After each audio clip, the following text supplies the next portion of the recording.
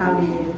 Ngayon po ay aawitan natin ang ating Panginoon na magiging doble ng ating panalangin sa pag-awit natin ng Dinggin mo. Taas po na. Amo namin yung pakinggan, tinig namin bigyang pansin, Ama namin, Panginoon.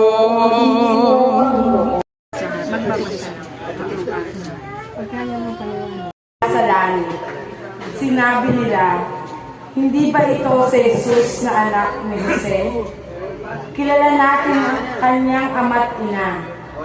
Paano niya ngayong masasabi, bumaba ako mula sa langit? Kaya't sinabi ni Jesus, huwag kayong magbulong-bulungan. Walang makakalapit sa akin, malibang dalhin siya sa Ama. Na kala ko yun na rin yung magiging katapusan kasi kami mag-asawa ko yung nagkaroon ng injuries. Na-emergency po ako sa orthopedic, doon po ako dinala na-accidente po ako. Halos kala ko po mapuputol na yung pako. Yung aking ankle, sakong, na-dislocate po yung buto. Kaya, dinala po ako agad sa emergency. Kahit, maswerte pa rin po ako kasi yung mga doktor na lumingin sa akin ay ginamit ng Diyos para idiretso yung aking paa. Amen. Noon po wala po kung makapitan. Lakas lang po talaga ng loob.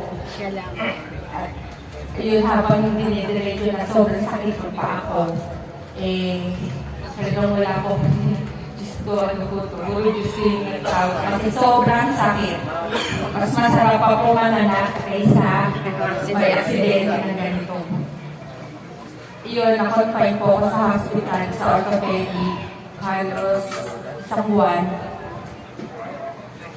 Habang nandun ako sa ospital, wala akong inisip ko di araw-araw magdasal, gabi-gabi, minsan nga araw lahat ng operasyon ko kasi 2 beses po ako ang operasyon.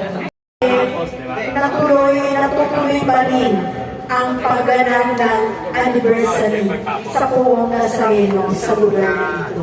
Amen. Amen.